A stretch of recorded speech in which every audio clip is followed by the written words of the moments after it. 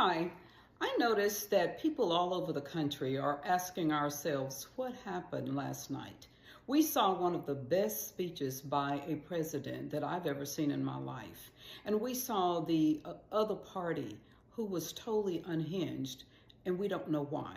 When we have a party and these people can sit here and look at a 13-year-old kid who had survived multiple brain surgeries because he had brain cancer, and they could not even get up and say anything to make him feel that he was welcome in the House, the United States Congress, we have a really big problem. Gonna lie, I started to act slow, and then as soon as he said that, we was speeding all the way, running lights, going to the hospital, and then next thing you know, I was seizing on the table. They said, "No, we gonna have to go in his brain tonight." Ever since then, I had 13 brain surgeries, and that's how many times my personality has changed, and that's something that you don't hear from a terminally ill child.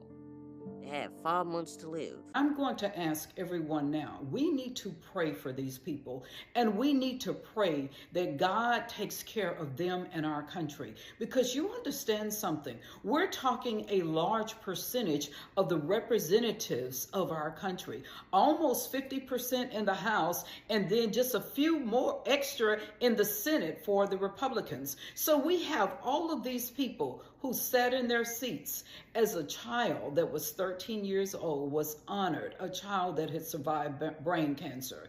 They sat there as the family of a little girl, a 12-year-old girl that was brutally annihilated by illegal immigrants. They sat in their seats as this happened. They sat in their seats as Laken Riley's family was honored. And we know she was a nursing student that was just out on a morning jog, and an illegal immigrant also annihilated her. These people sat in their seats when all of these things were happening. And the scary part about it is the only thing that made them applaud is when President Trump talked about doing something or giving money to Ukraine for war.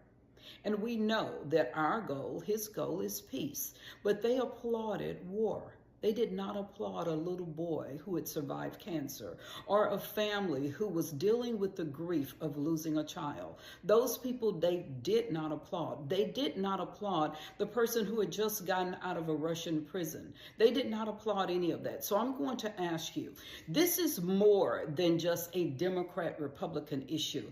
This is a humanity issue. This has to do with their heart and soul. These are people that we are trusting or to go and make legislation for us, to run our country. And they sat in their seats while this little 13-year-old boy was honored. There's something greatly wrong with that. And what's greatly wrong with that is more than politics. This is something that we're going to ask God to fix. We must ask for God to help us with this issue. Because when you see a group of people and they never have any kind of policy, anything, everything they do is about hatred. Everything is about being antagonistic by whatever anyone else is doing. So please, when you're praying tonight or today, please throw up a prayer for them, because this is a huge issue. It's an issue between good and evil. And we're going to pray that they will come on to the side